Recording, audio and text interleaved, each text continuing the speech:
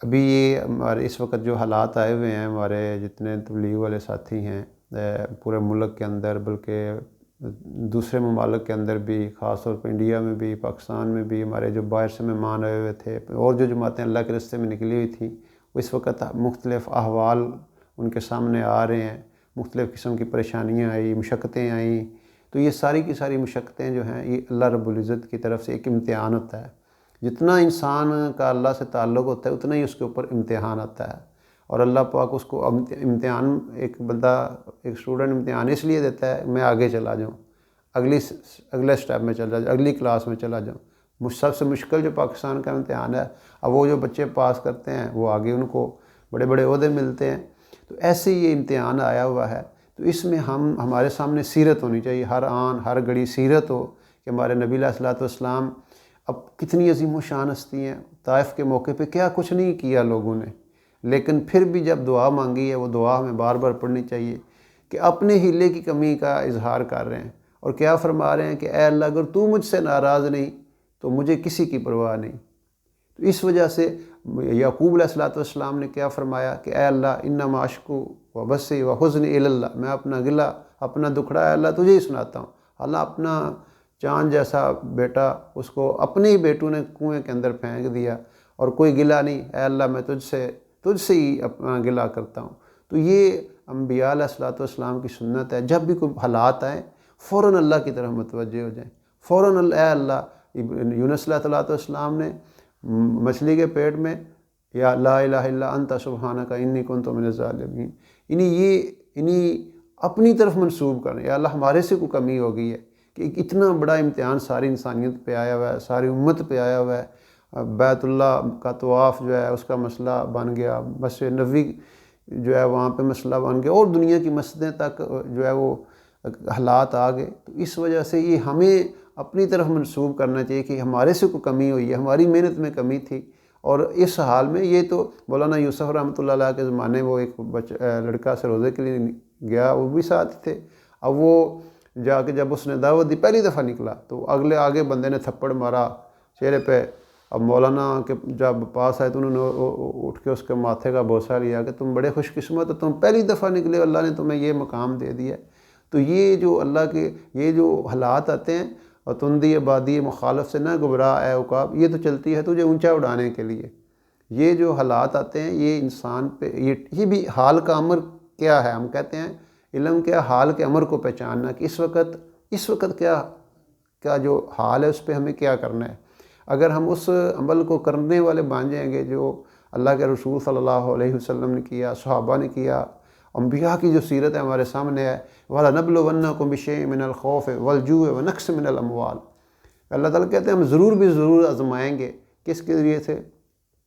خوف کے ذریعے سے، بھوک کے ذریعے سے، پھلوں میں کمی، جان کے حوالے سے حالات آئیں گے. اور کیا فرمایا بشر الصابرین، آپ خوشخبری بار بار خوشخبری دیں. کن کو؟ جو ڈٹ جاتے ہیں اور جو برداشت کرتے ہیں، جو صبر کرتے ہیں. اور کیا فرمایا، کیا کہتے ہیں؟ یہ اللہ کی طرف سے ہے، انا للہ و انا الیہ راجعون، اولئک علیہم صلوات من ربہم ورحمہ. یہی لوگ اللہ کی طرف سے صلوات کے اور برکتوں کے مستحق ہیں جو ان موقعوں پر ڈٹ جاتے ہیں. تو ہم کسی کا گلہ نہ کریں، کسی سے مناظرہ نہ کریں، کسی کا مقابلہ نہ کریں، بلکہ اللہ کے سامنے اپنے دکھڑے پیش کریں، اللہ کے سامنے دعائیں مانگیں، استغفار کریں، لا الہ الا انت سبحانک انی کنت من الظالمین. اس موقع پہ اس کا پڑھنا. اور پھر اللہم انا نجعلک فی نحورہم ونعوذ بک من شرورہم. اور جو مسنون دعائیں بتائی جا رہی ہیں بار بار، ان کا اہتمام کرنا.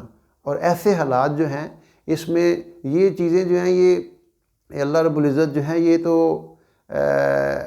ہمیں پتہ نہیں اس کے وجہ سے ہمیں کتنا نوازیں گے. یہ جو حالات اس وقت آ رہے ہیں، لیکن ان حالات کے اندر بھی ہمارے معمولات میں کمی نہ ہو، ہمارے اللہ سے تعلق میں کمی نہ ہو، انفرادی اعمال بھی ہوں، اجتماعی پوری انسانیت کو سامنے رکھ کے استغفار کریں، پوری انسانیت کی طرف سے استغفار کریں.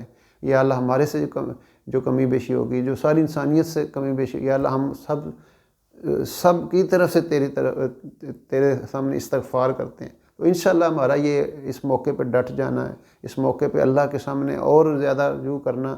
اور یہ جو ہمارے مہمان آئے ان کو بھی جو سامنا کرنا پڑ رہا ہے جو پہ، یہ بھی اللہ کے راستے میں ظاہر ہے اللہ کے رسول صلی اللہ علیہ وسلم کتنے لوگوں کو خواب میں ملے، اور آپ بھی، آپ علیہ الصلوۃ والسلام بھی، یعنی وہ اپنے ان جو مہمان ہیں اللہ کے راستے کے، ان کے حوالے سے پریشان دکھائی دیے۔ تو اس وجہ سے ہم تو یہ اللہ کا رستہ ہے، اللہ کے، اور اب دیکھیں وہ پنجابی میں کہتے ہیں کہ اٹھانا نہ یاری لائیے تو بوئے اونچے رکھنے پہنتے ہیں، یعنی اگر آپ کی اونٹ والوں سے دوستی ہے تو آپ کو دروازے پھر اونچے رکھنے پڑتے ہیں تاکہ وہ آئیں گے، ان کو پھر، تو بالکل ایسے ہی جب ہم نے یہ کام کرنا ہے تو پھر اس کے لیے بڑی بڑی مشقتیں برداشت کرنی پڑتی ہیں۔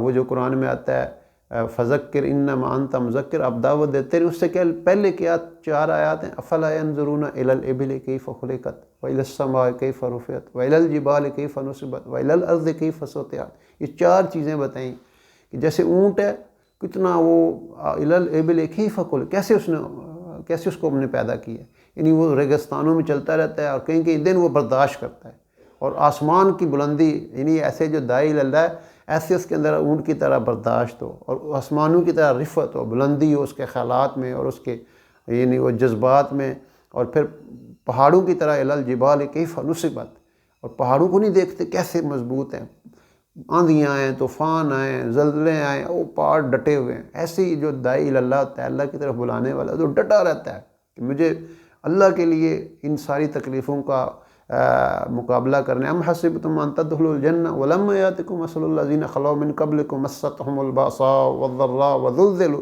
حتى يقول الرسول والذین آمنوا معه متى نصر اللہ الا ان نصر اللہ قریب، یعنی کیا تم لوگ سمجھتے ایسے ہی تم جنت میں داخل کر دیے جاؤ گے؟ ابھی تو تم پہ وہ حال آیا ہی نہیں جو تم سے پہلوں پہ آیا، تکلیفیں اور بیماریاں اور سب، اور یہ مشقتیں، حتیٰ کہ وہ ہلا دیے گئے، اور کیا کہتے ہیں اللہ یا رسول اللہ اللہ کی مدد کب آئے گی؟ تو فرمایا اللہ کی مدد بڑی قریب ہے۔ تو اس لیے یہ سارے حالات جو ہیں، یہ تو ہم تو اللہ کے لیے، ادھر آ ستمگر ہنر آزمائے تو تیر آزما ہم جگر آزمائے، ہم تو اے اللہ تیرے لیے سب کچھ برداشت کرنے کے لیے تیار ہیں، تیرے لیے تو لوگوں نے وہ تو سولیوں پہ چڑھ گئے، تیرے لیے تو لوگوں کے جسموں کے ٹکڑے ٹکڑے کر دیے گئے، کیا وہ دعائیں مانگتے ہیں اللہ ہمارا سب کچھ تیرے دین کے لیے لگ دی۔ اس لیے ہم اس موقع پہ یعنی صبر کا دامن ہاتھ سے نہ چھوڑیں، بلکہ ڈٹے رہیں، اللہ کی طرف متوجہ رہیں، کسی کا گلہ نہ کریں، کسی سے مناظرہ نہ کریں، کسی کا مقابلہ نہ کریں، کسی کی شکوہ شکایت نہ کریں، اپنی شکوے اپنے جو دکھڑے اللہ کو سنائیں، اے اللہ ہم تیرے سامنے پیش کرتے ہیں اپنے ساتھ، تو ہی ہمارے لیے اس تنگی میں سے رستہ نکال دے، اور اس تنگی اور اس تکلیف اور اس پریشانی پہ انشاءاللہ جب ہم اس پریشانی میں ڈٹے رہیں گے، اللہ پاک اس کی وجہ سے پتہ نہیں کتنے انسانوں کو ہدایت دیں گے، اور یہ ہمارے لیے بھی درجات کی بلندی کا ذریعہ اور کتنے انسانوں کی ہدایت کا ذریعہ بن جائے گا۔ اللہ رب العزت ہمیں اس موقع پہ وہ اعمال کرنے کی توفیق دے، اس طرح پختگی نصیب میں جس طرح ہمارے اسلاف تھے کہ انہوں نے ہر حال میں یعنی وہ حق ادا کر دیا، تو ہم بھی کوشش کریں اللہ کا